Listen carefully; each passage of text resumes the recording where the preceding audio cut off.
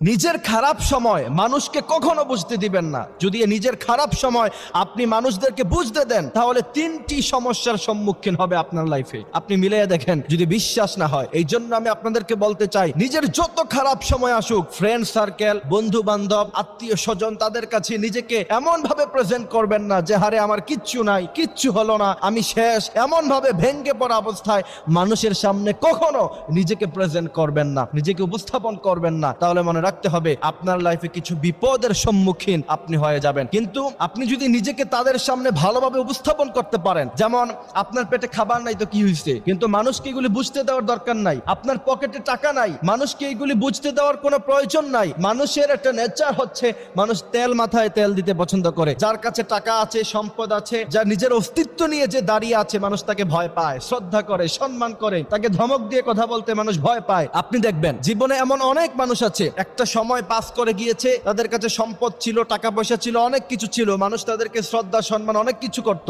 কিন্তু যেই মানুষ বুঝতে পেরেছে যে তার কাছে আসলে কিছু নাই, সম্পদ নাই, বা ব্যবসায় বড় ধরনের লস খেয়েছে, যারা তাকে দেখলে 100 হাত দূর থেকে সালাম দিত, এখন তারা কাছে দেখলেও তাকে সালাম দেয় না, তাকে জিজ্ঞাসাও করে না যে আপনি কেমন আছেন। তার মানে কি বুঝলেন? যে আপনি যদি মানুষের সামনে ভেঙ্গে পড়েন, আপনি যদি নিজের খারাপ সময়টা মানুষকে বলে বেড়ান, মানুষ কখনো আপনাকে মূল্যায়ন করবে না। প্রথম নাম্বার, সেই বিপদ আপনার লাইফে হবে, অর্থাৎ আপনি কোথাও মূল্যায়ন পাবেন না। কিন্তু আপনি যদি নিজেকে ফিটফাট রাখতে পারেন, আপনার পকেটে টাকা নাই, এটা তো মানুষকে বুঝতে দেওয়ার কোনো প্রয়োজন নাই। ব্যক্তিত্ব সম্পন্ন মানুষ কখনো নিজেকে ছোট করে না মানুষের সামনে। আমি বলছি না যে আপনি মানুষের সামনে নিজেকে বড় মনে করেন, তার মানে এই না যে মানুষের সামনে আপনি নিজেকে বিলিয়ে দিবেন, নিজের অস্তিত্বকে বিলিয়ে দিবেন। আল্লাহ রাসূল সাল্লাল্লাহু আলাইহি সাল্লাম ছিলেন পৃথিবীর মধ্যে সবচাইতে বড় ব্যক্তিত্ব সম্পন্ন মানুষ। তিনার পেটে খাবার ছিল না, তিনি গরিবীকে পছন্দ করতেন। তার মানে এই না যে তিনি প্রচন্ড পরিমাণে মিসকিন ছিলেন, তার মানে এই না যে নিজের অসহায়ত্বের কথা, নিজের কখনো কোনো দুর্বলতার কথা মানুষের সামনে তিনি উপস্থাপন করতেন। আল্লাহ রাসূল সাল্লাল্লাহু আলাইহি সাল্লাম ছিলেন পৃথিবীর সবচাইতে ব্যক্তিত্ব সম্পন্ন মানুষ। সুবহানাল্লাহি ওয়া বিহামদিহি সুবহানাল্লাহিল আযীম। এই কারণে প্রথম নাম্বার যেটা হবে,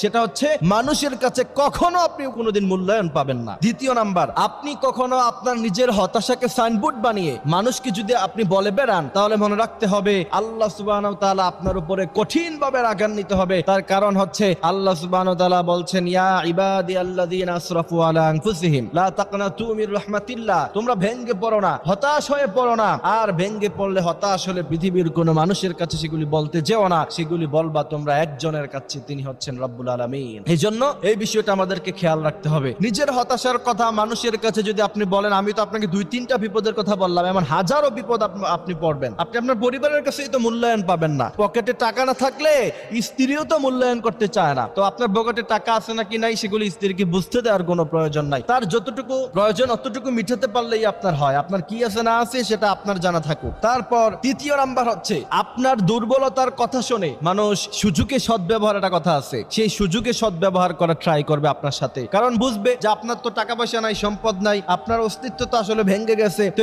এই সুযোগে মানুষ সর্বোচ্চ ভাবে সে তার সুযোগে সদ্ব্যবহার যেটা, সেটা কাজে লাগানো ট্রাই করবে, অর্থাৎ আপনাকে বিপদে ফেলা ট্রাই করবে। কারণ সে জানে যার নিজেরই অস্তিত্ব নাই, সে কি করে আমাকে ভাঙবে বা অথবা কি করে আমাকে কোনো বিষয়ে ধরপাকড়াও করবে। সুতরাং এই বিষয়গুলি খেয়াল রাখার বিষয়। আমরা কখনো নিজেদের দুর্বলতার কথা মানুষের সামনে উপস্থাপন করব না, কারণ মানুষের সামনে উপস্থাপন করলে মানুষ উল্টা আমাকে কষ্ট দিবে, উল্টা আমাকে অবমূল্যায়ন করবে। কিন্তু যদি আমরা তাহাজ্জুদের সালাতে দাঁড়িয়ে আমাদের রবকে আমরা বলতে পারি, আল্লাহ বলছেন, বান্দা তোমার কি দরকার জীবনে, গাড়ি বাড়ি, সন্তান সন্ততি, স্ত্রী, সব কিছু দিয়ে তোমার জীবনটাকে আমি সুন্দর করতে পারি। পৃথিবীতে অসংখ্য মানুষ আছে, সম্পদের অভাব নাই, তাদেরকে যে আল্লাহ সম্পদ বানিয়েছে, আমিও সেই আল্লাহর গোলামি করি, আমাকেও সেই আল্লাহ সম্পদ দিয়ে ভরপুর করে দিতে পারে। এই জন্য আমরা সবসময় আল্লাহ সুবহানাহু ওয়া তাআলার কাছে চাইবো, আল্লাহ পাক সেই তৌফিক আমাদেরকে দান করুক। আমিন।